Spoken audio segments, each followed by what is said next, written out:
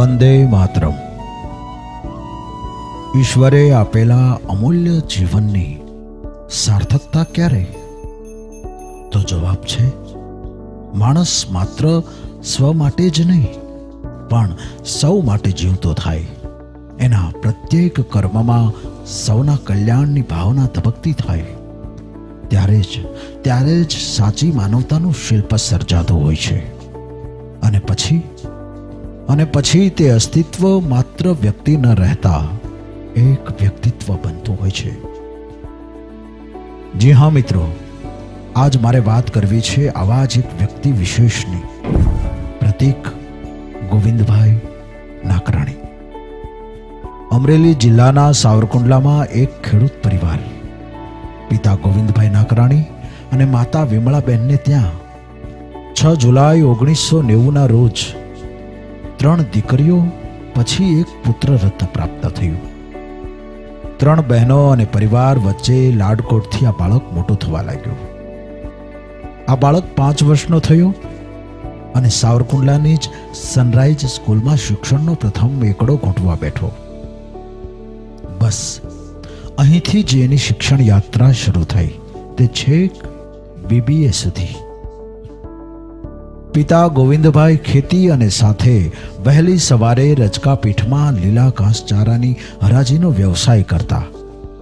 તેઓ દર ઉનાળામાં નદી બજારે લોકોને પીવા ઠંડા પાણીની વ્યવસ્થા મૂકતા તો શનિવારે છાશ વિતરણ જેવી સેવાકીય પ્રવૃત્તિ પણ કરતા.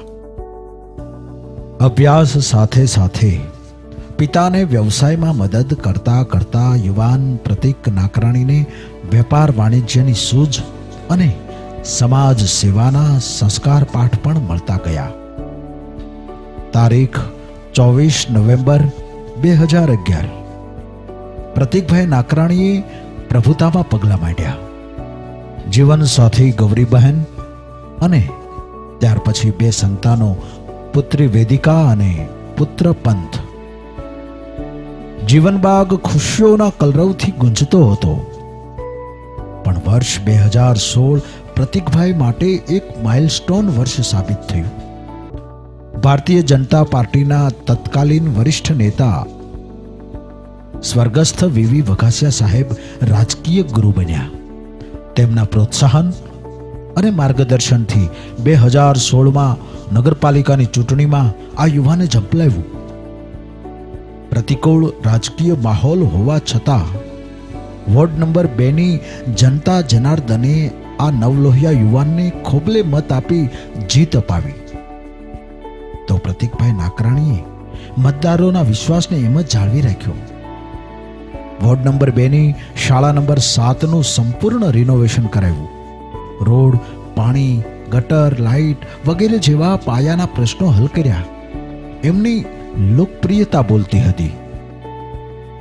સાલ 2017 શહેર ભાજપે એમને ઉપપ્રમુખ તરીકે નિમ્યા.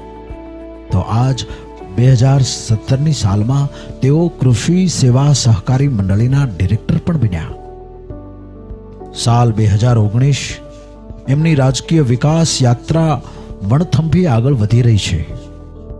અમરેલી જિલ્લા મલ્ટી એગ્રો પ્રોડ્યુસર કંપનીના તેઓ ડિરેક્ટર સ્થાન પર બેસે છે અને એ રીતે ખેડૂતો સાથે તેઓ વધુ ઘનિષ્ઠ રીતે જોડાય છે.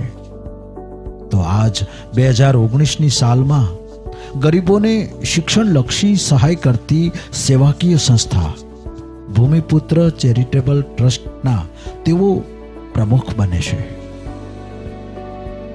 2022 ફરી નગરપાલિકાની ચૂંટણીમાં વોર્ડ નંબર 2માં એના કામ બોલતા હતા અને એથી જ ફરીવાર જ્વલંત વિજય પામ્યા.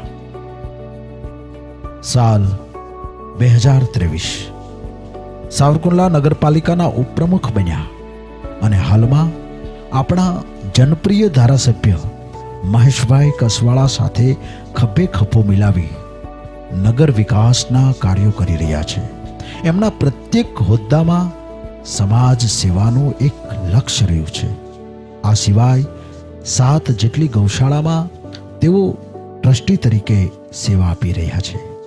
આમ તો પ્રતીકભાઈ નાકરાણી મિત્રોના મેળાના માણસ, પણ એમના ખાસ મિત્રોમાં રૂપેશ વેકરિયા, દેવેન્દ્ર જયાણી, જિગ્નેશ ટાંક, આ મિત્રોને કેમ ભૂલે? રાજકીય આકાશમાં વિશેષ ઉડાન ભરે એ જ શુભેચ્છા સાથે વંદે માતરમ.